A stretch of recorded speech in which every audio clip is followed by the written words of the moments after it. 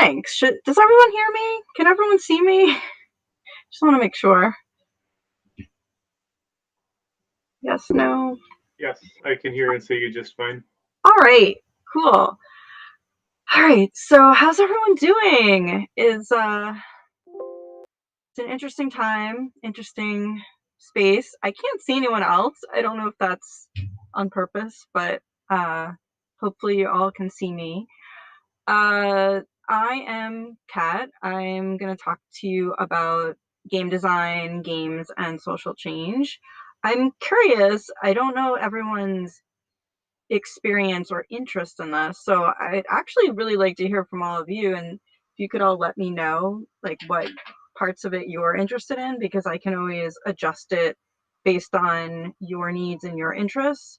I know Scott. I think we've met before at various conferences, but over the years, right? But I don't know everyone else. So I would love to find out like who you are and what you're looking to hear about. Hi, can you see me? Yes, I Hear me? can. Hi. Okay. I'm interested in this presentation because I do some of my own work in like trying to especially with representation of asexuality and neurodivergence in games, and I'm basically interested in hearing like what more I could do, or like hear what other people are doing, That's that sort of cool. thing. All right. Yeah, that's really good. I know there's definitely some games like that that are supportive of different types of sexuality and different types of ways of seeing and being in the world. But is there like one game that I would recommend? I don't know. And if not, we should make a game like that that is supportive of that. So I hope that we can collaborate in the future because that sounds amazing. Well, I mean, I run a lot of game jams. Oh, you do?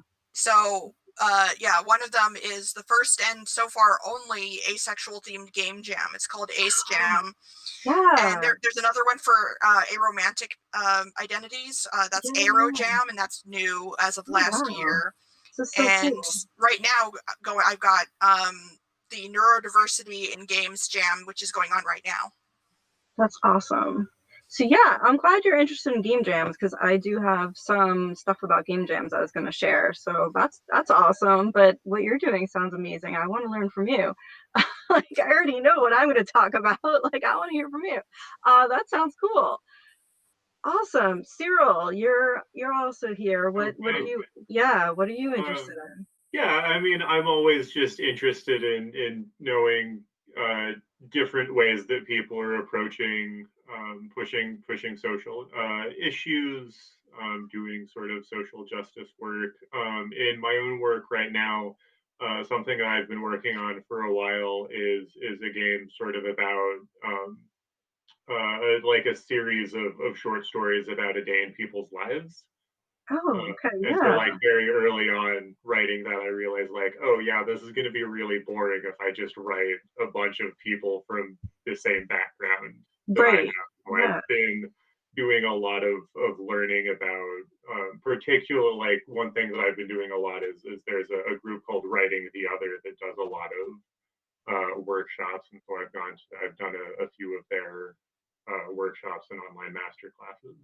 that's awesome. That's really cool. I actually, it's funny. I wanted to create a similar kind of game.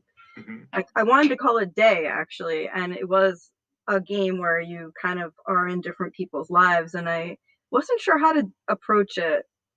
And it's interesting. I like this idea of the storytelling aspect of it.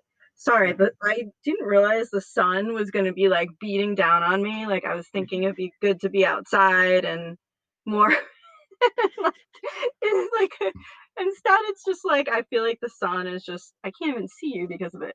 But hopefully it'll move. All right. Scott, did you want to tell us a little bit about what you're interested in hearing?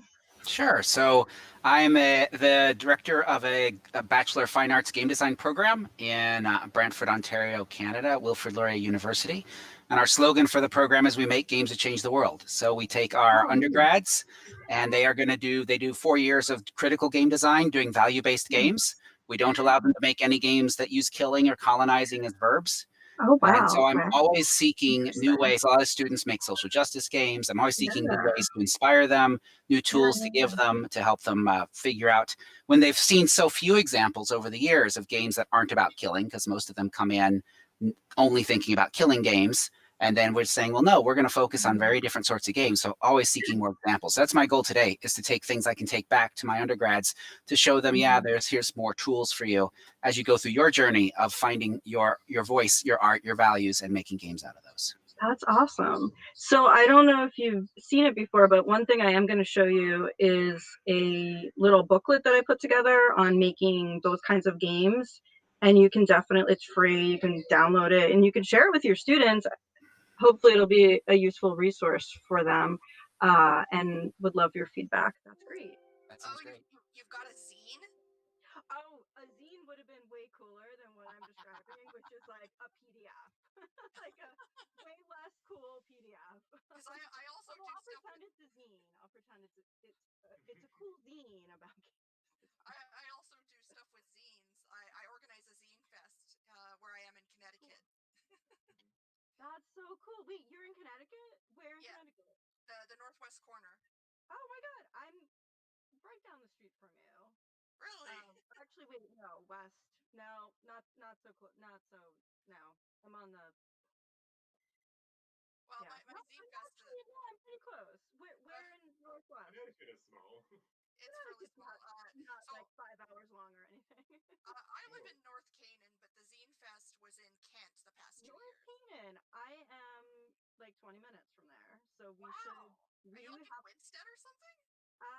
No, I'm not actually even in Connecticut, so I'm kind of pretending I'm in Connecticut, but I could almost see Connecticut from where I live. So It's Great Barrington? it's let me just move myself so I'm not, just in the sun. I am in the Katona South Salem area. I don't know if you've heard of that. Oh. Yeah. So like north, like a little north of you, North Canaan, right? It's like it It's like can't be a that. mile where I live like a mile away from Massachusetts and one town over from New Oh, York okay. State. So we're like more like 45 minutes apart, but that still we should hang out. Well, the pandemic's over. Yeah, yeah. The so I'm sure you know where Kent is. That's where the Zine Fest has been the past 2 years. And is it in person this year or?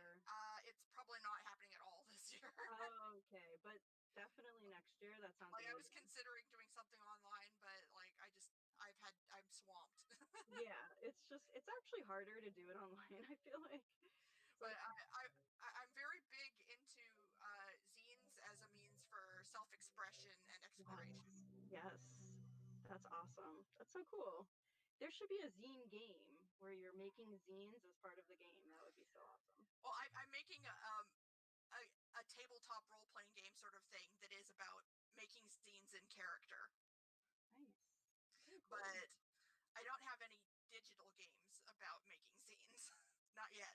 Well, maybe that'll be the next cool game. All right, and then uh, Tamaya or Tamia. I don't know if you wanted to if you wanted to share or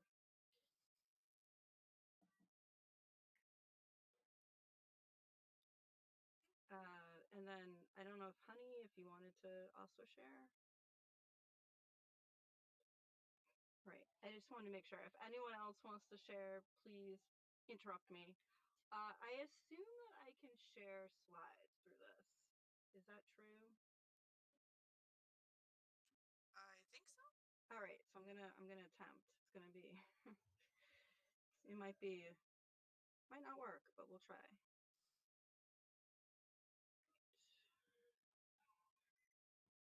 All right. Can y'all see that? Yep, I see it. You do? Oh, it disappeared. Oh, it disappeared. Oh, so I have to be on it. All right. I got it. Let's see if I get back to it. but you could see it Yeah. for at least a little bit. All right, let me see if I get back to it. All right, let me try that again.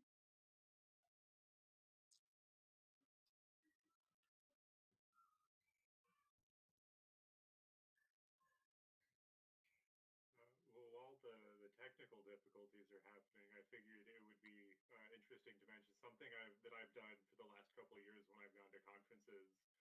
Instead of giving people business cards, I'll actually give out zines. Oh, Nice. Because they have my name and Twitter handle, which is what I care about people having from my business cards. So they'll usually either be something that I've done previously, or I'll try to actually like make a new zine for whatever if I'm presenting on something at the conference, I'll have a zine about the talk that I've given. Yeah, I always bring zines to Huh. conferences and conventions because there's always Mhm. someone there who has other zines to trade with, or I Yeah. just give them away. Like I have a little promotional zine about a game demo of mine, so I hand those out. Wow, I need to start doing that when I'm back in person. That sounds awesome. I will not claim ownership of this idea, though. It was given to me by some colleagues of mine when I was at UC Santa Cruz. Nice. All right. One of the ways I've seen a zine used in conferences is the Knutpunkt. It's the Oh, LARPing the conference. that's cool. Yeah, so I went there one year, and I was in the elevator, and on the floor there was a zine. I'm like, well, this is Oh. interesting, and so I Oh. picked it up, and it was all about butterflies, and all the stories and pictures, everything was about butterflies. And I'm looking through it, I'm reading it, and then I find out what this is. This is an ongoing ARG that's happened at this conference Wow. for years and years and years and years and years. And my Oh, that's so gosh. cool. reading the zine took you to an initiation ritual, a whole event that went on, a big drum circle and dance. And I won't tell you anything else that went on in case you do. You were asked to submit to apply. You had to submit your own story or image about butterflies, and it would be put in next year's zine. And so this zine is the buildup of everyone's contributions from this conference over Wow. years. And then this entry. And so as I started to notice it, I noticed these zines stuck everywhere around the hotel. So they wanted people to pick them up and have the same journey. So the first time you come, you're like, oh, this is interesting. And you realize you've dipped into this ARG that's been going on for years. And it's just a great, cool thing. That is so, That that is sounds so so cool. awesome. Yeah, that conference is unbelievable. If you can ever make the trip to it, it's when you Yeah, put a Scandinavia conference is a in the little hands, far, unfortunately. but when you could put a conference in the hands of people that do Nordic style LARPs, Hmm. and it's a hotel based conference, so everyone stays in the hotel, everyone eats in the hotel. It's a closed hotel conference, so it's all That's so one purchase cool. price. Talk about a mind blowing experience. It is Wow. so bizarre. That's so cool. I I hope can't I can go even like someday. leave my house right now, so I'm like, might be a while before I travel anywhere, but that sounds amazing. Cool. Can you all see the slides now? Yep, they're good now. Yes. All right. So I'm just gonna go through them, but I'm also just like want you to just kind of pipe in when you want to share things, and as you've been doing. So that's awesome. All right. So all right, let's begin. So yeah, I'm Kat Schreier. I professionally, unfortunately, my name is Karen. So that's what you would find me under if you do a Google search of any of my work. But I've been a full-time academic for a decade. But before that, I worked in the games industry for about 15 years as a game designer and producer and educational producer. But I've created a bunch of different free stuff. So if you wanted to take a picture of this and download it later, you can. All of the books, Learning, Education, and Games, there's 3 of them, and they're all free to download. There's also Designing Ourselves, which is a white paper that I created.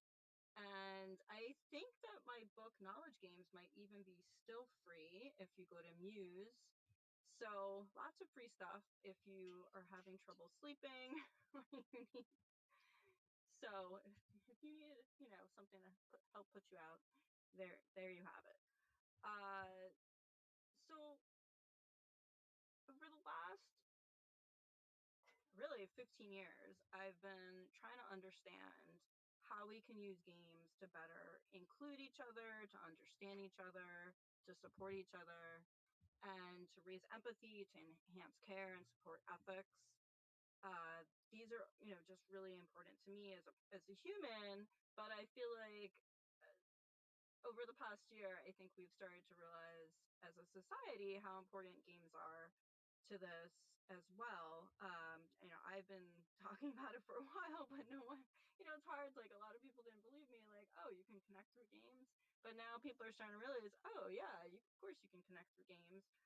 In fact, in quite wonderful ways. Of course, on the other hand, just like any community, there's positive and pro-social benefits of games, and there are quite the opposite.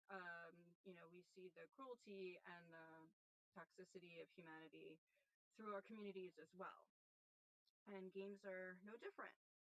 So I am in this presentation going to be focusing on the pro-social benefits of games, or at least their possibilities. But I will also talk about, where things sometimes go awry, and sometimes when we have the best intentions, we might make games that we think are going to be supporting each other and building trust and care and reducing bias, but might actually end up doing quite the opposite. So,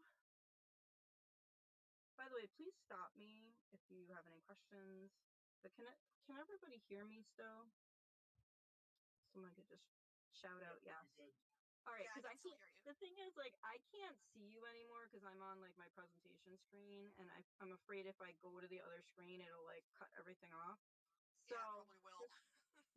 so just We all know turned that, our off anyway. yeah, I mean, oh, you did, okay, cool. So I can't like read your faces and know if you're completely like what or anything. So just let me know. So I don't know if we have time for it, but I kind of wanted you to check, if you haven't checked it out, I wanted you to check out a couple games that maybe, I don't want to say they're not effective, but maybe aren't doing exactly what they set out to do. And, just to kind of see like what's out there. And one of those games is kind of like this classic game. It's been around for a long time. And every time I tell people who aren't in the games community, oh, I'm, studying social issues and games, they always bring up this game, Free Rice. And have any of you played Free Rice already? I just want to. Yeah, like 10 Yeah. years, more than 10 like years 10 ago. years ago, right? It was Yeah, like a bunch of my like teachers in high school had us play it during class right. time. Yeah, right. So it's like one of those games you play in high school. Your teacher's like, "Look, this is a really cool game," and in it, you basically are just, looking at English words and trying to figure out the definition. Like dirt means soil, right? And then you're like, wow, I got it right. And like every time you get it right, supposedly you are donating a grain of rice. And as you can see, I mean, it says 95 billion on this, but there's probably, since then it's, you know, hundreds of billions of grains of rice have been contributed, and like that's kind of awesome. I mean, you get to, like, every time you get a right answer, you're actually making change for the world. Like you're actually donating 10 grains of rice and you feel like you're helping end world hunger, and it sounds really good. But I actually have a lot of problems with this game, and I'm kind of curious what you think too. But my big issue with this is, well, yeah, we're helping to distribute some grains of rice, but like, why couldn't we have made a game where we actually taught people about world hunger and actually work together to solve world hunger, and really understood that problem and were able to share perspectives where we could actually figure out solutions. For example, we do have enough food in the world to feed everybody, but we're not able to either store it for long enough or distribute it in the right ways. Or there's different institutions that, institutional obstacles that we have, and could we overcome those through a game? So on the one hand, I think it's great that they've donated so much rice. On the other hand, what does answering a vocab question have to do with that? And so that, to me, is a missed opportunity, especially for social change kinds of games. And I don't know, does anyone want to share their thoughts about that? Like, do you agree, disagree? Something always put me off a bit about this game. Yeah. Like if they have the rice and they're able to give that for like however many people click on this, like why can't they just give the rice without having people click on it? Right, it's weird, right? It's like, if you Like, got the rice, give the rice. Like it seems like it's giving people a false sense of like having contributed to ending world hunger, when if they hadn't gotten that satisfaction, maybe they would have gone and done something significant that was actually significant.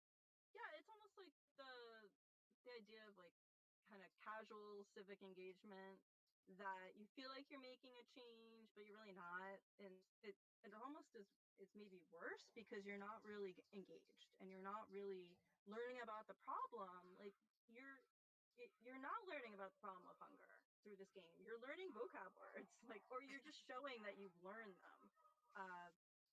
So it is It's like performative. It's performative, right? It is. It's very superficial. And I think it's a very simplistic game, obviously, but it's also, I think, a simplistic way to show how a lot of games that are kind of like quote unquote games for social change are kind of like that. Like they're superficial change, or they're superficial steps towards something.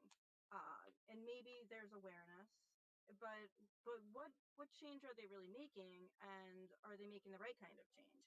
It's to me a question I grapple with as someone who works on these kinds of games. All right. And another game that's similar in structure, in that it seemed like it had good intentions, but maybe didn't quite work out the same way, is a game called Spent. Has anybody played the game Spent? I actually taught this game over the summer. Yeah. Oh, you did? With a whole bunch of critiques. Oh, good. Oh, good. Yeah. And tell me about it. Tell me, what were some of your critiques? So one was the sort of conversation around empathy games, and how you play a game and it does not, in fact, like many people argue, put you into the shoes of someone in this situation. It only conveys some message about that situation, the same as you get in whatever other media forms. But the other thing that I was pointing out about it was that it doesn't actually convey what is difficult about the situation that it places you in, because you look at the number and you think, oh yes, this number is still above zero, therefore I am doing well, and so very easily it's very easy to conclude from this that people in poverty are just not saving their money, or just not budgeting well. Exactly. Mhm. So does it not like address structural issues at all? Exactly. Yeah. So Spent is a game where you have 30 days and you're supposed to basically budget your money. You're in you have these very simple choices, like, should you pay for your dog to go to the vet, or not? Or should you buy your kids a new pair of sneakers? You have to pay rent, you have to budget your money, and you have to decide where you live, and work related kinds of questions. But the goal is to basically just have enough money at the end of the 30 days. But again, it's a series of choices, and you could just say, yeah, of course I'm not going to buy my kids sneakers because I got to save my money. But like, that's not realistic if you're actually in a situation your kid doesn't have shoes to wear. you're gonna have to pay for it. Or again, like you said, it's not going at the systemic inequities that reinforce poverty or financial insecurity in different ways. So people think, oh, getting out of poverty is just based on answering a series of choices correctly, and people who are poor then just didn't make the right choices, and that's why they continue to be poor, which we know is not true. We know that there's so many systemic aspects to why people can't make the right choices or can't make choices at all. Or are there even right choices? Like, how do you make a choice between two horrible things? So it's not showing any of that, and it's not really putting you in the shoes of someone who is in that situation. And so there's actually researchers actually wrote an article, I think it was Roussos and Davidio, that what happened was people actually had less empathy for people who are in these situations because of the game, because they felt like, well, they should have, they should have just chosen better. And that's not what we would want to reinforce through a game. We would actually want more empathy for people in those situations. So again, game had really good intentions, and actually also got a lot of donations for people in that situation. Actually, because of the game, you could see it says donate for Urban Ministries of Durham. They actually made a lot of money, and raised a lot of money for people who are poor through the game, because it was like one of these like games that went viral. But on the other hand, it also lowered empathy for people. So it's hard to kind of like grapple with that complexity of like, well, it could do some good things, but it's also problematic in other ways. Yeah, I tend to like not think too highly of the vast majority of empathy games or things that label themselves as empathy games. Interesting. Like, Yeah. like I feel like it's like most of them are very performative. It's like I can put on this experience for a short amount of time and then just take it off and discard it and move on with my life. Oh Like, yeah. especially when it comes Absolutely. to disability simulations. Like Mm-hmm, that, mm-hmm. like that's a hot button issue in the disability community. Yeah, actually there was a game, I don't know what it was called, but it was I wish I could remember the people who researched it. I could look it up for you. And they created a game which had people have to be in the shoes of someone who was in a wheelchair. And what they found was that people who did that were very, they felt really bad, and they felt really like emotionally overwhelmed by the fact that someone was in the wheelchair. But it actually also reinforced stigma and reinforced It reinforced the idea that disabled people's lives are like bad, and that bad. yeah, they just felt so bad, and like Like that's not whereas what we want. Yeah. like wheelchair users, a lot of them, using a wheelchair is about freedom, and it gives them the sense of like I can actually go places now. Right. And that's the Yes. opposite of what people end up I know. thinking. Yeah. Like people think like, oh, like they end up feeling pity for disabled Hmm. people. Like most disabled Right. people don't want to be pitied. Exactly, and that's what the game did. It raised pity, and then and it reinforced, well, I don't want to be, near that person because they've been through this, or it's too much for me to handle. And Like or even that's like one thing that disabled people are worried about, like as a disabled person myself, like yes, it yeah, worries me that like they might think that no, disabled lives are less worth living and should be prevented. exactly, right. I mean, like, for Like example, yeah, no, I hear you. Like, one of my sons, he wears prosthetics, and uh it helps him to walk, but he's just like, that helps him so he can do, the movements that he wants to do. And I know he's entering kindergarten, and well, it's remote, so he's not going to be interacting too much in person, but when he does, it's like I always wonder, like, what are people going to think? But I hear you. I know he's awesome. So yeah.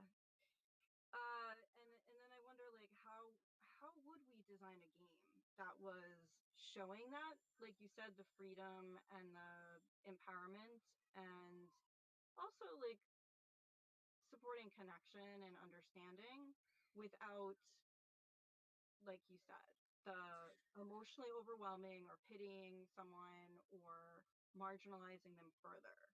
And it is a really sticky question because, you know, it's hard to know. Games are so complex and they're messy, and you don't know what people are coming in with in terms of their own myths or their own biases. And it's hard sometimes not, like, it's hard not to replicate the biases that we have in our own social systems, because games are a product of us. And we can't, you know, it's hard for us to just like not replicate biases that we all have. So I'm always curious about that. Like, well, And how do we do that? the main, at least partial solution, I think, of at least when it comes to things that are labeled empathy games, is having people whose marginalization is represented take a major part in making the game. And like, even just having them as a consultant isn't good enough if you're making an empathy game. Like, um, like I'm even struggling. I'm actually making a game about my Oh, experience of executive dysfunction and like what it's like being me, like, yeah, but I feel like there's a big difference between me making a game about my life and someone else trying to make a game about my life who isn't autistic, for example, and isn't chronically ill. right. Yeah, I mean, how do you even express your own stories in a way that people can understand them? So Exactly. yeah, I mean, it's like even our own selves. It's like, how do we even understand ourselves enough to, you know? I'm like, we live in our own situation, and we're also affected by other people's biases about our own selves. It's like, how do we share all of that? I don't know. It's good questions, and things I'm always struggling with. All right, so y'all can hear me still, right? Because I just want to make sure I'm not losing anybody. Yep, I can hear you. Okay, You're good. good. All right. So I want to just go through a couple of games that I think, you know, again, none of these games are perfect, but at least they can give you a sense of maybe they're doing some things well, or they're starting to get at some of these questions in interesting ways. And, you know, a lot of these games are probably games you've already come across, but I'm just going to go through them and share some of them with you. And I would love to hear your thoughts about them as well. All right, so the first one is kind of been in a lot of people's minds lately.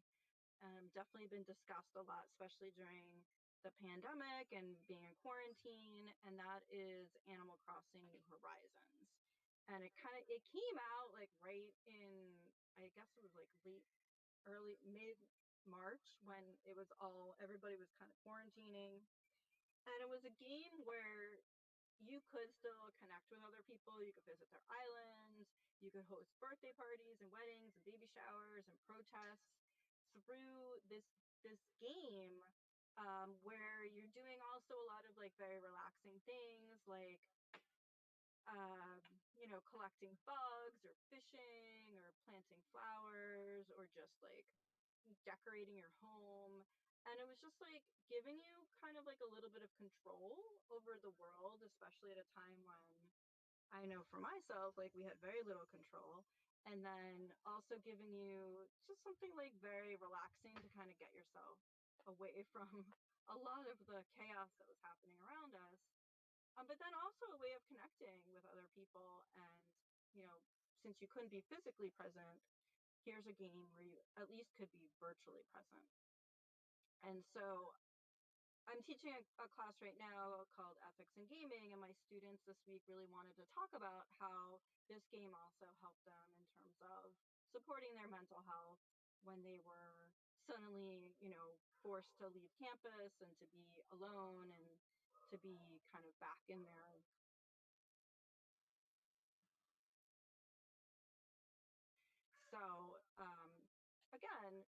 not a perfect game, kind of also a little bit tedious and boring, and has its problems as well, but also is doing something really interesting, which is providing some connection and community.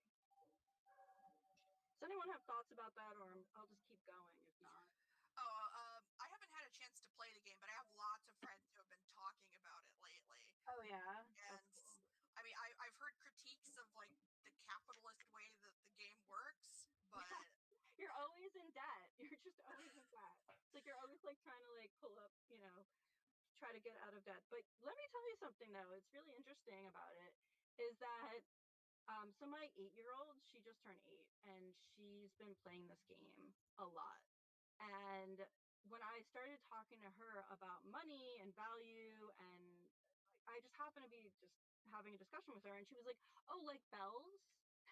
Like the bells are the currency in this game." And she was like already like making analogies to how she had to make money in the game, and how she had to pay off her loans. And is like it is kind of, I guess, teaching her about some problematic economic models. On the other hand, it is at least helping her to start those conversations and understand what it means to have like economic value, and at least a good first step before we could start critiquing it. And yeah, but it was interesting that she was like really picking up on that, and learning from it, for better or worse. But also like we'll be outside and looking at different bugs, or looking at she'll see something and she'll be like, "Oh, that looks just like this bug in the game," or that that kind of butterfly, or she suddenly like knows more about that and is more interested in like the natural world, which is actually really good, because otherwise she'd just be like playing on her Switch. So it is kind of interesting how she and I also connect through the game, because we both played it so much that we can talk about like what we've done in the game, and she'll tell me like what she's working on in it, and it helps us to connect further. So even just like around the game, we've been able to connect through it.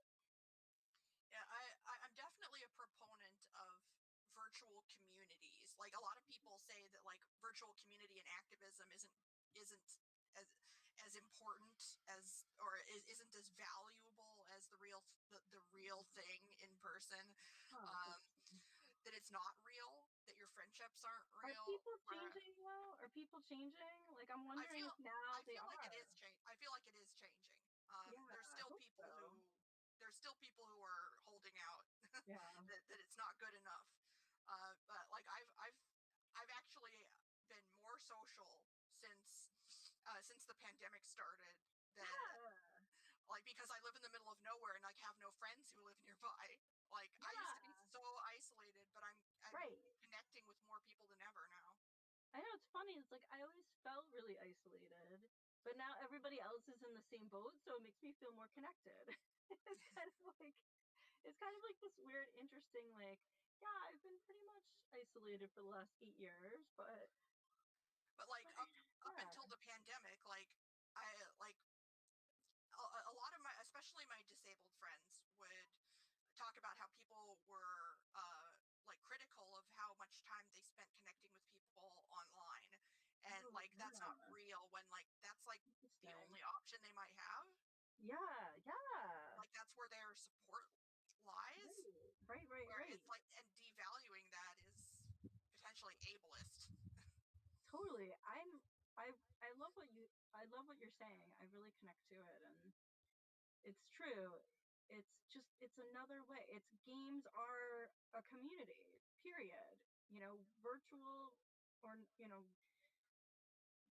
some, obviously there's plenty of games that aren't virtual, but they are communities, and there's so much to be gained from that kind of community. Obviously some troubling aspects of humanity, but also a lot of wonderful and loving aspects of humanity. Yeah, I've definitely noticed people are innovating more than they ever have before about online connection. Yeah. Like I'm in some LARP communities, and and we've all been Yeah. figuring out how to run games online. Like Yeah. I spent 3 months programming a Discord bot to allow us to run more complex LARPs through Discord. That's so cool. Yeah, actually, I'm teaching a class through Discord right now, and it's actually exciting. I think the students are like almost more excited that they're having class in Discord. Like it's like this like active rebellion. And I feel like I feel a little bit like the like excitement will wear off in a few weeks, but at least for now they're excited, and I'm excited. So, all right, so this game that I'm about to tell you about is actually one of my favorite games of all time. It's a really, it's a short 20-minute game that was created by a bunch of amazing students at Carnegie Mellon, and it is called Way. And I don't even know how to put this kind of game in words, but you should all play it if you haven't played it already. It's it's synchronous, so it happens with someone else, but it's anonymous. Like you just sign on to this game and then you get paired with someone else and you can't speak to them. There's no talking in that kind of traditional way. But together, you need to gesture to each other with your avatar to be able to complete puzzles and collaborate to get to the goal, the final goal. And it is just a beautiful game because you start to learn and teach from each other and almost become in sync to be able to complete this really beautiful game. And then at the end of the 20 minutes of playing together, there's this moment where you finally come together in the same screen and you can use this whiteboard to write to each other. And it's like when I watch people play this game, it's like all of a sudden they're like instant friends. Like there's something about playing a game together where you have shared goals, shared responsibilities, you rely on each other. It builds trust and intimacy in a really magical way. And friendship, it's friendship. It's building friendship. It's just 20 minutes. It's just like a 20-minute game.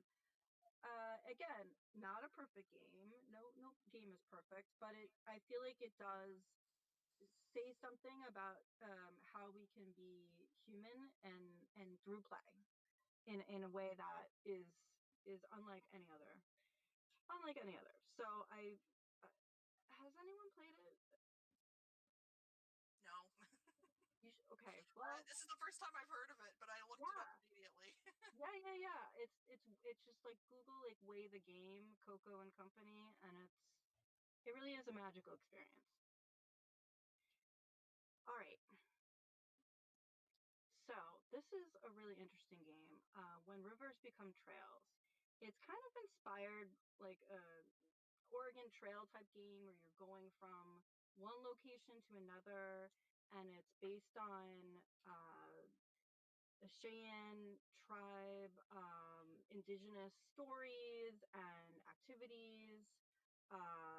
It's just a beautiful game. It's also so authentic. And one thing that they did really, really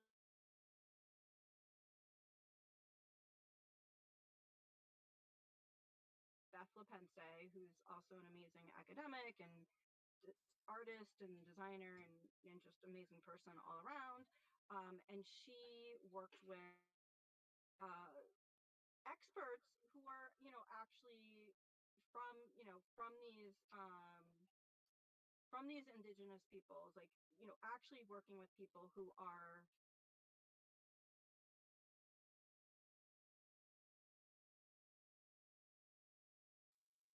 so it's not like there's like a bunch of people just like writing about other people, which I think you can write about other people, but then you also have to work with people who are from there and listen to other people's voices and really uh, work together in that kind of way that you are authentic to their voices. And I know that Cyril, you mentioned writing about different people's lives, and I think what they did was they worked together to share all of their perspectives and all of their different stories to create this game. All right, next game. So this is another game that's really interesting. Again, not a perfect game, but does something really compelling, and that is to share a very authentic story. And this game is called That Dragon Cancer. Probably you've heard of it. It's one of those games that no matter who you are, even when you talk about it, you can't help but just cry because it's such a powerful game. It's made by people, this couple who lost a child to cancer, and the game was created while they were losing their child to cancer. And it's in the game you experience the family and their life while they're trying to deal with their son's cancer, and then also the grief of losing their son. And you're following them in this journey. You're feeling their helplessness, you're feeling their pain, and uh, it's one of those games where you do become emotionally overwhelmed. And the question is, does it raise empathy, or does it make you feel so overwhelmed that you can't even play it? Because I know for some of my students who are going through something similar, they've lost a parent or a sibling to cancer, it is really difficult for them to play this. On the other hand, I actually have lost a child. And when I play this with my students, it helps me to connect with them better, because then I feel like I can better share my story with them. So it's interesting, again, grappling with the complexity of things. You know, uh, what how do we account for all the different ways that people are going to approach a game and all the different experiences that they have. Since we are running out of time, I'm just going to keep going. I have a lot of these games, but I just wanted to share with you some more. So this is Kind Words. This is a really interesting game that came out about a year ago. It's a game where you write letters, like actual letters, to anonymous people, and then you eventually get letters back. And that's basically the game. So, for example, I wrote a letter about how I was feeling overwhelmed with finishing a book that I was writing. And then people wrote back to me kind words of encouragement for getting my book done. And I also answered other people's letters and gave them support. And it's just a really interesting way of taking on other people's perspectives, sharing those perspectives, and reaching out in supportive ways. All right. This is really interesting game that helps to explore identity. It's a game by an organization called Common Circles. And in the game, it's a card game. So again, non-digital.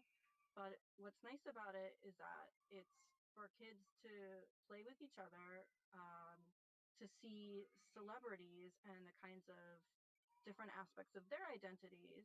And then they are able to connect to each other, and to see how the identities of these different celebrities might be similar to them. So that's another interesting game. And then this game is another non-digital game.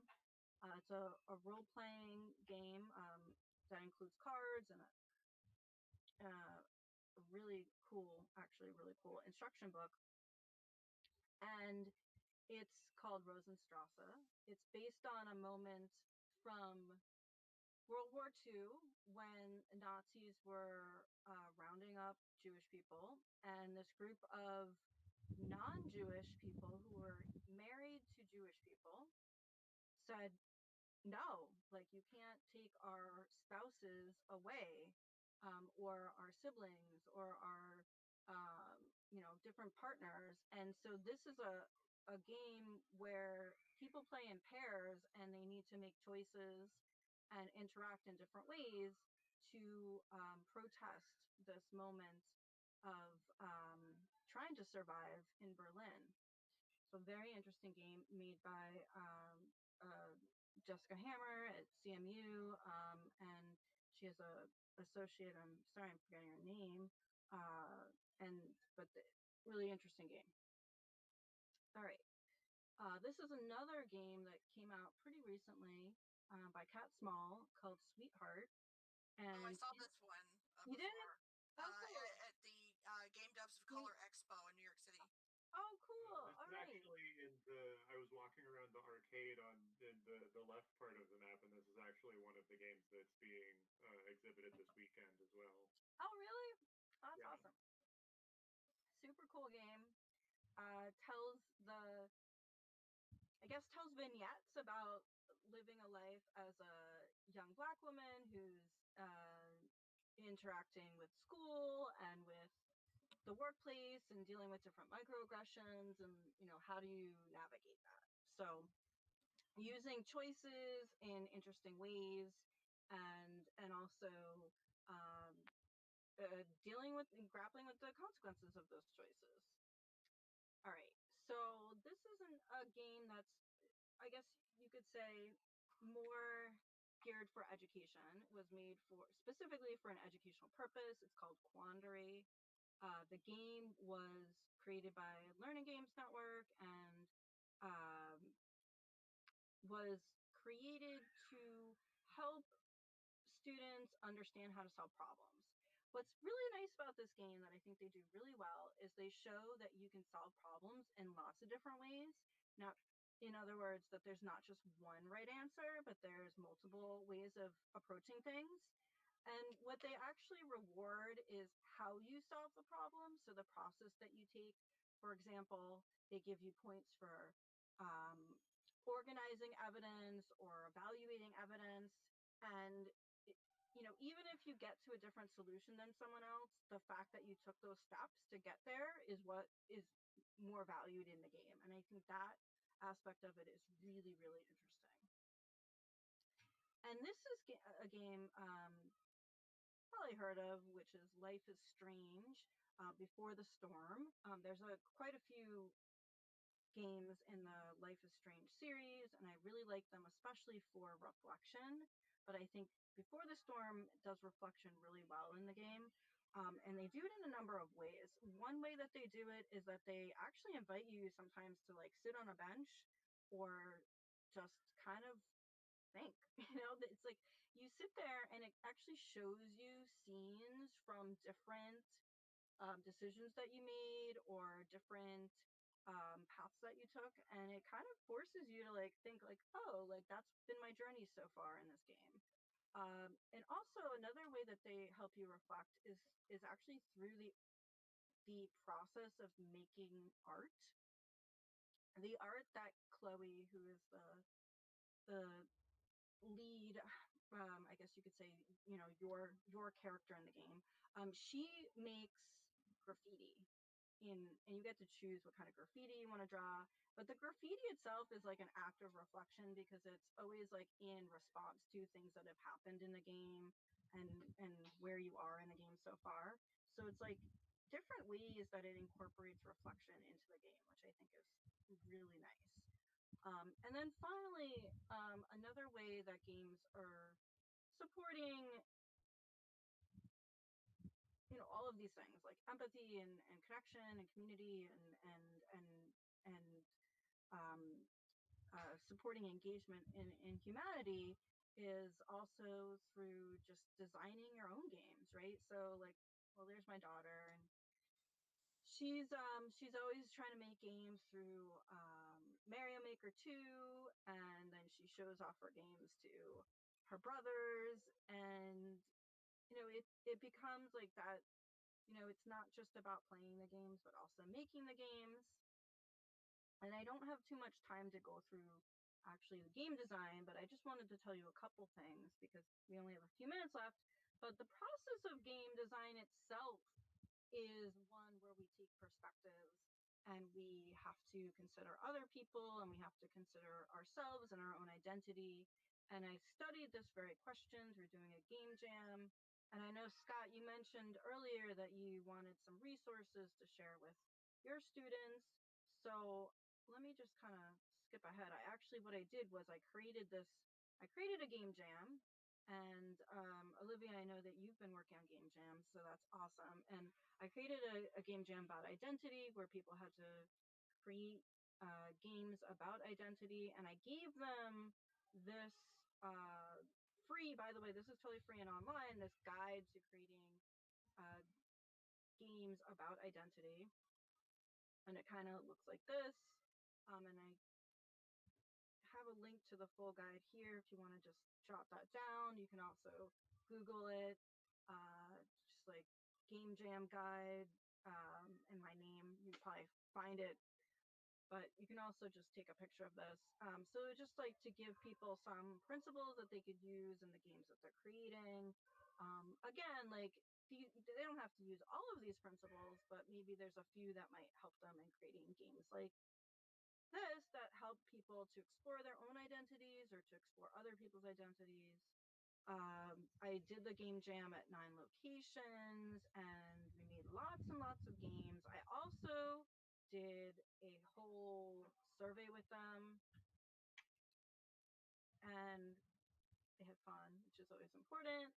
They explored their identities and others' identities through the process of making games about identity, which, you know, the designing itself, regardless of what game they created, helped them explore identity. And they also felt better about themselves as game designers. They also felt like games were more able to support empathy and reduce bias just by working on these kinds of games. They kind of believed in games a little more. And then just to kind of keep going, it just one thing that was nice was that they felt more secure and safe following the game jam. So there's something about being with other people, which we can't do right now because of the pandemic. But when we did it, you know, they connected through just being with others and making together. So Yeah. I was going to say the nice thing about virtual game jams is that people still can make teams that way, and like I run game jams that way. They're generally hosted on Itch and are about a month to 2 months long rather than like a short form game jam. Yeah. And people form teams and they work together, and then they submit games related to the theme. Yeah, I mean, that's something I forgot to say was that, so we had 9 locations that were physical, but then we also had a virtual game jam happening too.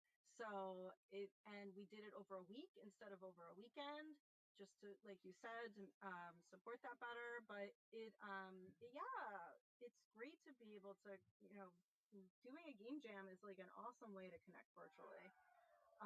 And I actually really want to participate in your game jam, so I want to hear about yours. You gotta tell me more. The Neurodiversity in Games Jam is running right now for until the end of the month. And it's sort of hard to explain. Like, there's a lot of explanation on the game jam page. Let me put a link in the chat. Yeah, could you? That's awesome. Or also you can also email me, kschreier@gmail.com. I have it open right now, so I can just paste it in. Cool. So yeah, I mean, one issue though with doing the game jam is that, you know, it's like we wanted to see like this perspective taking change and like this obvious, like, wow, they're changing their perspectives and they're becoming more empathic and all these things. And like we didn't see that change that we hoped for. And we didn't see all the games like being focused on anti-bias. Like some of them were like secret identity games and things like that, which is great, you know, but like for whatever reason, all different reasons, we didn't get the change that we wanted, specifically on perspective taking. And the question is like, well, like how did we have to do something more long term? Is it the games that they were creating? Like what kinds of things can we do to better support perspective taking when you're designing games too? And the other issue was that some of the people were resistant. Like they didn't want to make a game about anti-bias. Like they were like, that doesn't sound fun. Like I don't want to make a game about empathy. I want to make a killing game, you know? So it's, you know, it's like we make this intervention, but it's for like the people, you know, the people that are like, yeah, this sounds awesome. Like they've already like, you know, they're already like interested in that. But then there's like, you know, maybe 15% of people are just like, I really don't want to be here and doing that. I want to do what I want to do. And it's like, how do we design an intervention for them that gets them excited about creating these kinds of games that are maybe more about compassion or care or bias reduction? And so you can download my report on this. It's totally free. And since like I'm about to run out, I just wanted to show you that based on the game jam and my research, I did create a deck of cards. And I don't know if you could see me, but these are the deck of cards. I'm going to actually like stop sharing just so I can see you a little bit. Okay. And then go back. And I don't, can you see this? So I created Yeah, I can see the cards. a deck. Okay. And so basically it's a series of questions that game designers can use to help them in designing their own games, that help them to like think through, you know, how do I make sure that everyone feels included and cared about in my game? And so I have different categories like exploration and experimentation. I don't know if you can see this, but like that. Or there's categories like deliberation and communication and things like that. And then you flip it over and there's a question there. And questions like, how are we discouraging hate speech through our game? And then, you know, and it's like gives you like tips on what kinds of things that you should consider as you're designing. And so this is free. This deck of cards is, you know, available. We're going to put it online. Anyone could use it as like a resource for creating their own games. And you know, to help people, it's really like a series of questions like, how do we help players feel responsible for a character? How should we handle disappointment through our game? How do we empower players? So again, it's like a series of like, okay, you know, if you just choose like one card out of the deck, how are we discouraging negative communication? And then, you know, random other card. Did we test the game with different types of people? Okay, so it's just questions to ask as you are going through and trying to become mindful of what kind of community you're creating through your game. These are questions to kind of help you in thinking through that. So this is, again, this is going to be free. This is sort of like a prototype card deck. And we're going to be posting it online at the link, and I can give you the link. It's going to be at adl.org/designing inclusive games. It will be there eventually, and then you can also get the card deck if you wanted to print it out, but we'll also post a PDF that you can also just download to get that. So that's exciting. But I know we're running out of time, so are there any last questions or thoughts or hopes, dreams, inspirations that you want to share? Sure, I could. Another thing I wanted to mention was that I'm really into the idea of tabletop role playing games as a means of exploring identity. One of the games I'm working on is specifically it's centering neurodivergent and queer experiences, specifically of coming out and what's known as taking off the mask in the autistic community. The game is about that, but it's mainly about magical girls. That's cool. Or at least magical people of all genders. Oh, all right. But the focus, it's mainly meant for people who have those identities, but anyone else who doesn't, I feel like they'll also get something important out of it because it decenters their experience as normal. You know, that's such an interesting point because I always think about perspective taking as like, well, you get to understand someone else. You know, it's like this helps you in empathizing and connecting with others. But I was thinking today that perspective taking also helps you connect with yourself. because it helps you to accept yourself better and to, have that more love, I guess, and compassion for your own self, which, like, I definitely have trouble having enough compassion for myself. So sometimes when I step into other people's perspectives and, like, I'm like, all right, how do I put it? Like, I am, I, I guess I could better accept who I am because maybe they're going through similar things, or they have similar anxieties, or they have similar insecurities. And I'm like, okay, like, I, we all have flaws, and I'm not so bad kind of thing. And, I totally connect with what you're saying. That's awesome. If you're interested in still talking after this, we could find one of Yeah, the other spaces where, like yeah, outside of the island area, definitely, for and just sure. continue talking. That would be awesome. So I don't want to take up more of your time, but I wanted to say thank you so much for being here and connecting and learning. And I hope that you um, email me, and I'll share all the things that I shared with you today, like all that free stuff. I can also just email you and send you the link so it's easier. And hopefully you'll check this out when it comes out. Yeah, thank you for putting together these resources, and especially I'm very excited by that deck of cards. Good. We use tools like Grow a Game and the deck of lenses to Good. inspire Yeah. our students during game jams. But Yeah. what you have there is exactly what we need to get our students thinking around being critical in their game design, not just about did you make a game about guns today, but actually the deeper questions that we want our students to think about. So I'm really excited to put that work you've done to use. So thank you for sharing it. You know what, Scott? Thank you. Because I'm like, I'm like that kind of person. I'm like, oh, did I do a good enough job on this? Like, I feel like, it's a prototype, and I'm still like, oh, did I write this well? I'm so like critical of it. And just knowing that someone out there could benefit from it will help inspire me to feel like, all right, it's okay to put it out there. Like, people can benefit from it, even if it's not perfect. So I appreciate you saying that. Thank you.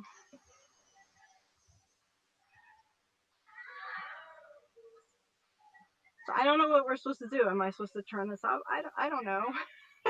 Yeah, it looks like in the chat we're passing this along message. to Barry. Yep. Oh, okay. So anyone who isn't staying here leaves, I guess. Okay. Well, I think I need to go nurse my son right now. So I will need to leave for at least a little bit, but I hope I can connect with everybody soon. Yeah, I'll be Bye. around. Thank you so Awesome. It much was for so the nice talk. meeting you. Bye.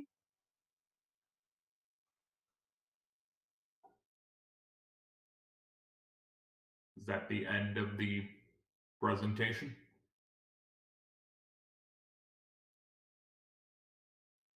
All right. This is the first time I've used Google Meet to present, but I'll do my best. First of all, before we get going, just wanted to say thank you to Honey for helping to get this set up. I know we've been communicating through email for a few days, getting all of the logistical stuff taken care of. So thank you for allowing me the time and the platform to share some of my thoughts in regards to the power of media in these unconventional times that we're living in. So let me get it set up here.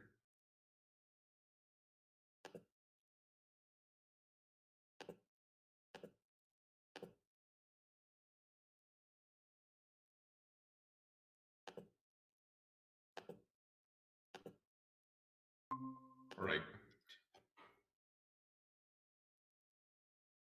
All right, can you see my screen?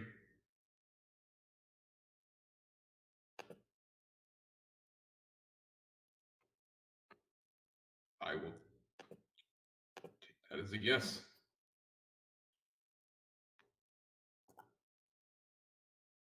All right. So one of the big things that I've noticed ever since the pandemic started and when all the civil unrest started earlier during the year, it got me thinking about the issue of artistic expression in troubled times like this, with everyone being on quarantine and staying at home.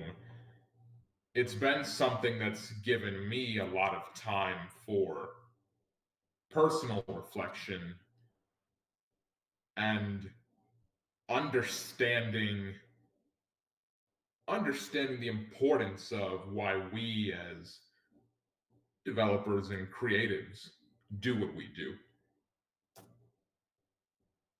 So just a little information about me before we get started.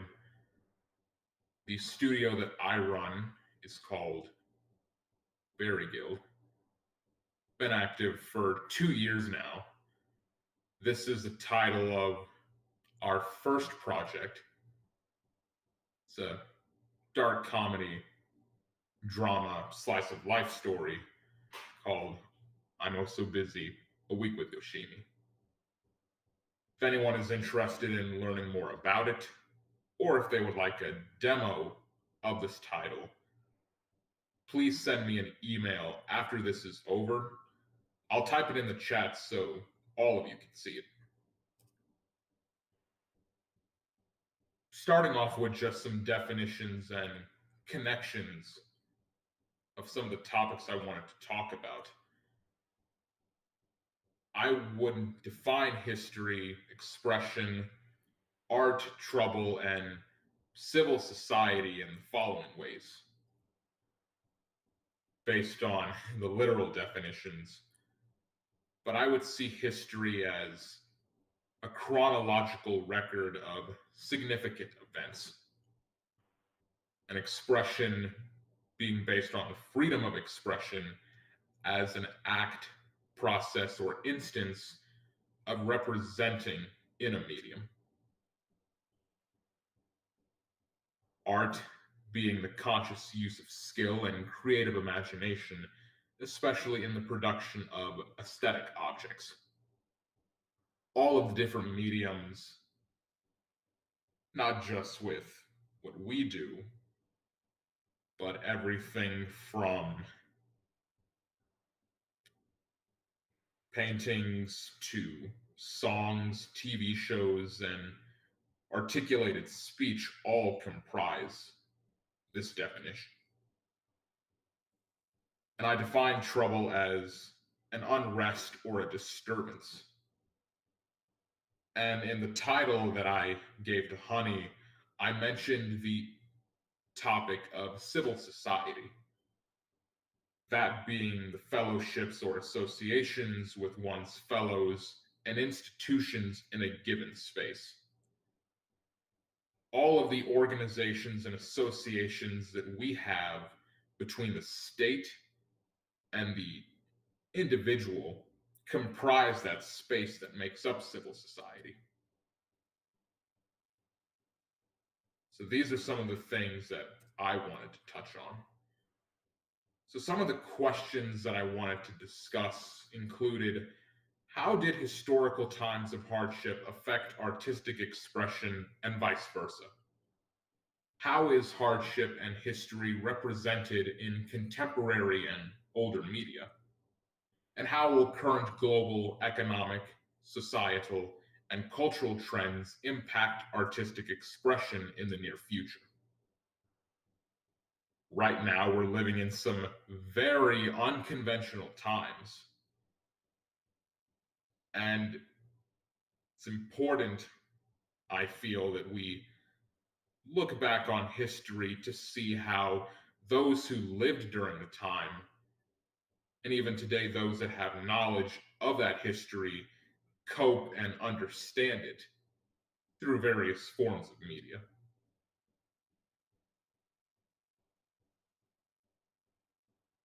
These are just my views on the matter.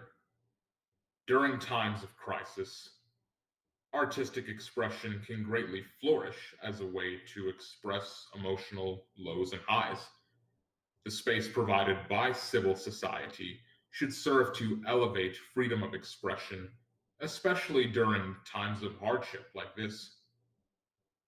The trouble brought on by times of disaster can be expressed using various creative mediums. And creative expression has become a lot easier than ever before, thanks to the internet, which allows us to have this global audience.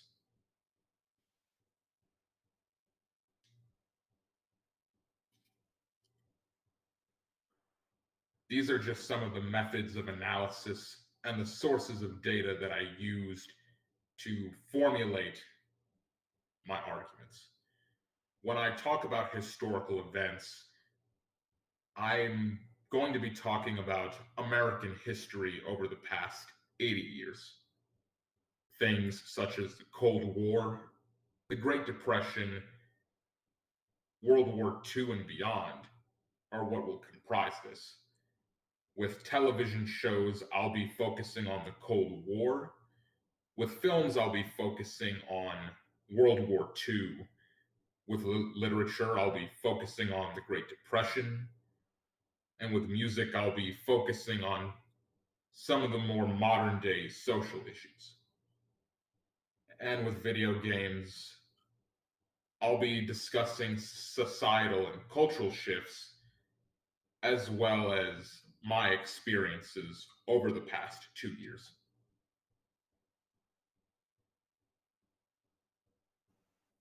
Going first into television and film, when I talk about the Cold War, I mean it more so in the tensions between the United States and the Soviet Union from 1947 to 1991 when the Soviet Union collapsed. Some of the shows that I had researched included Danger Man, which was on television from 1960 to 1962. It followed the stories of a spy known as John Drake and talked about the ethics of NATO during the early years of the Cold War. In animation, I referenced the Rocky and Bullwinkle show, which was a cartoon that had two characters named Natasha and Boris, who were shown as Soviet villains. And MacGyver, which aired from 1985 to 1992, which gives reference to the Vietnam War through the experiences of the main character and US espionage during the final years of the Cold War.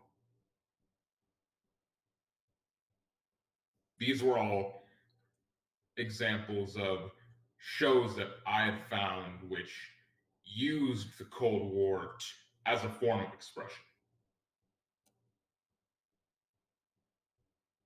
Music was a lot easier to find research on because all of the various social issues that had gone on during the 2010s were issues where I could find a plethora of songs that were able to take issues and help them to gain larger acceptance. Great examples of this include Same Love by Macklemore and Ryan Lewis, which was released in 2012 and served as a way to enhance the issue of LGBT rights. 2 years ago, we had the song This Is America by Childish Gambino, which focused on issues such as racism, discrimination, gun violence, and the relations between law enforcement and their communities. And we had the song 1-800-273-8255 by Logic a year prior, which focused on the issue of mental illness and suicide prevention. There are a lot more issues that were going on during the time, but these were some of the biggest examples that I found.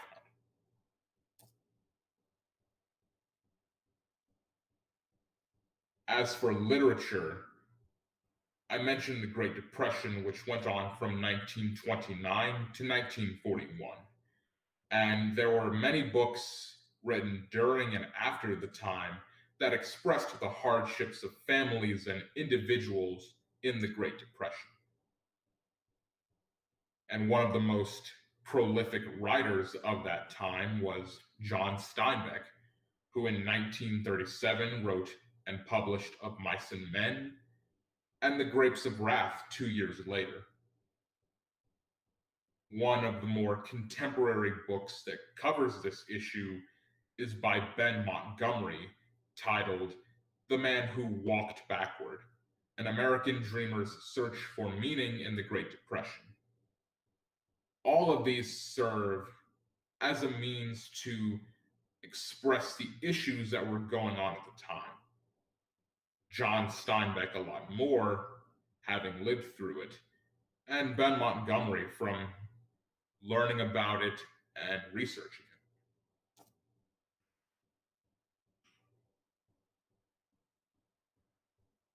it. There are a lot more examples when it comes to societal and cultural shifts, when it comes to gaming. But when I researched it, I had thought back to the Grand Theft Auto series, which started in 2001 and still goes on to this day. Many narratives and issues, such as the drug war and the Cold War, were expressed in Vice City. Taking place during the 1980s, when the drug war was still in full effect and where drug smuggling was still a very big issue, as well as being in the final decades of the Cold War.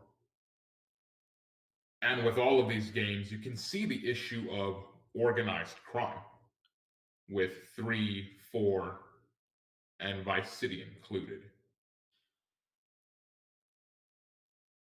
as well as our changing views on celebrity figures and issues that can come up during family life were represented in the 5th installment. Heavily satirized, of course, especially through the radio broadcasts of all of these titles. But I believe it serves as an interesting example of the societal and cultural shifts that have occurred over the past 2 decades.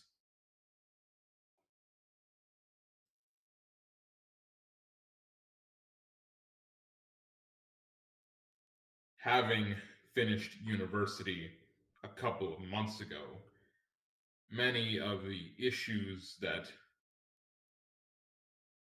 I had experienced and seen others experience, such as coming of age and finding purpose and meaning, and being able to influence the world and vice versa, were some big things that kept reoccurring with me over the past 2 years. Other issues such as solitude, sense of self, and how your upbringing can affect you also came up as well as the experiences that can be brought on from school and college and just going through those changes.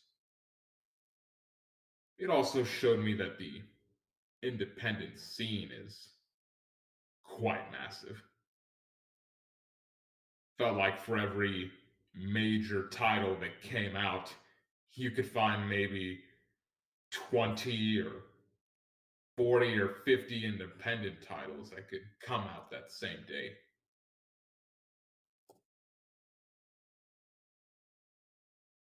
This was research that I had recently done, and I'm hoping that it can be expanded on in the time to come. But some of the conclusions that I had drawn from looking over this is that the internet allows all of us a space for us to use our freedom of expression and our creativity to cover a wide variety of mediums. artistic expression can serve as a means to describe issues and to advance viewpoints if that's something that you want to do. Some of the examples that I used these issues in a more satirical sense and wasn't really trying to push one viewpoint or the other, but it's still there. We're now living in an unprecedented time to spread our work, and historical and oftentimes hard points in history can be displayed in a variety of mediums. Now that all of us are at home and all of us are communicating online more and more, it could open up a new means for independent creators to get their work out further, or as a means to communicate with others, like we're doing right now. That's all that I have to present. Honey, I appreciate you for giving me the chance to express these viewpoints and for allowing me to talk about the issue. Thank you.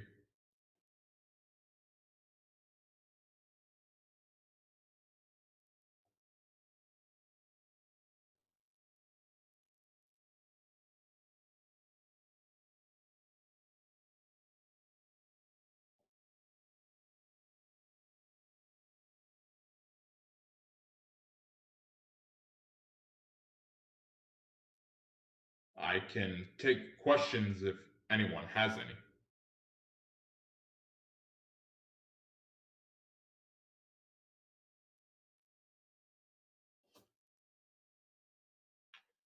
Thanks for your presentation. Have you looked at all into or looked much into cultural studies research, forming some of these ideas? One course that I did take a few years ago, thank you for the question, by the way. It was a course related to the film and literature of the Cold War that had come out in the United States. Many titles that some of us might know, including Top Gun, Doctor Strangelove, and even Red Dawn, were things that we had touched upon in that course. And from learning about this event and learning about possibilities to talk about issues, it just felt like something interesting to talk about. Have I studied cultural issues any further? No, I haven't.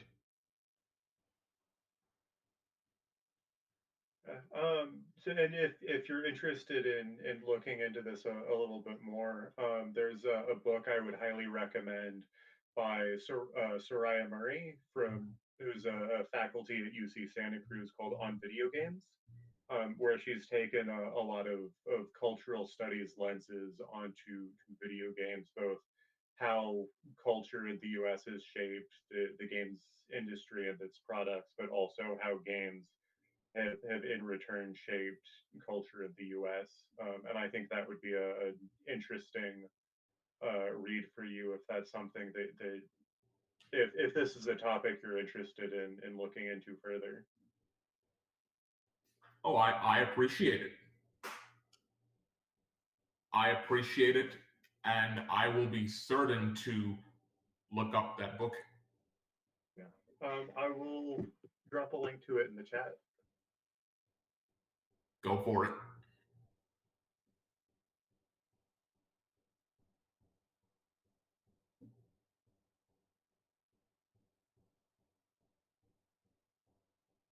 Anyone else?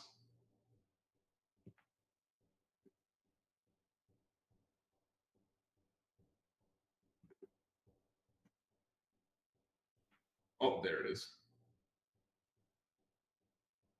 I will be sure to check out the link. afterwards. All right.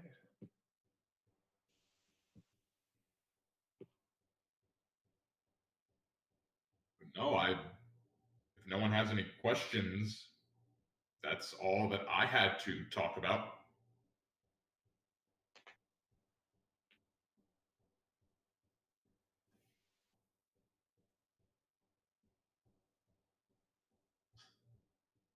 Thank you, Honey and Olivia. I appreciate the time to be here, and I hope that all of you have a good rest of your day.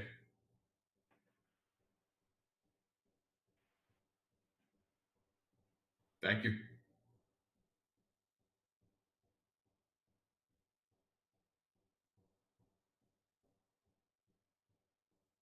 So that's all that we have for the next 90 minutes.